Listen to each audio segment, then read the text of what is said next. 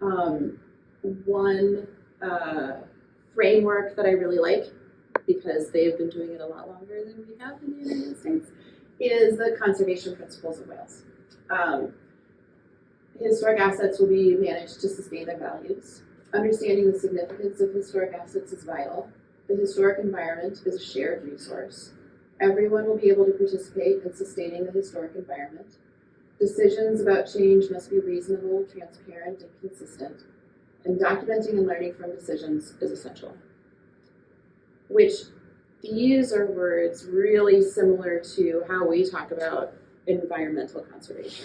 Mm-hmm. And to shift them into how you use that idea, that perspective to look at, think about, be a steward to a historic property, I think is really, really useful and really valuable. As you know, generations into this thing of being stewards to these religious buildings, to these places of worship, rather than being the builders of, right? It's a much different mentality. And we are no longer building beautiful things for God. We are now maintaining the things that our predecessors have built for God, and not just for ourselves, but for future generations. Because if you were just maintaining this for yourself, the outside of your building would probably look a lot different, right? Because that stone was really damaged. And that was not an inexpensive project. That was a very, that was a big deal. I'm glad that it doesn't look like a big deal now, but that was a very big deal. And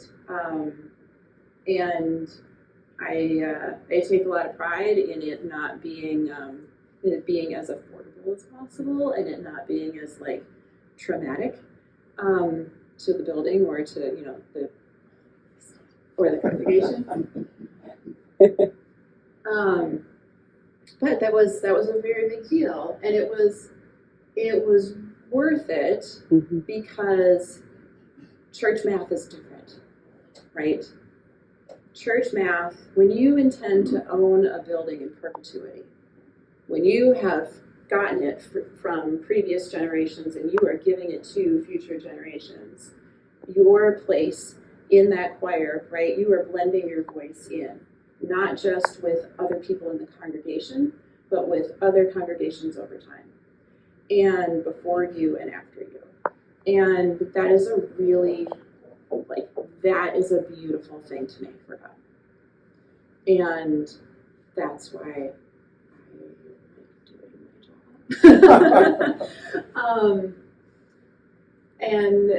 And that is also why I like these words, because in addition to talking about historic preservation like environmental conservation, it speaks about generations, because clear and consistent change and documenting and learning, these are all things where you are passing off something that you have gotten, you are doing something and you are giving it to someone else, which is a really beautiful, egoless, selfless kind of act.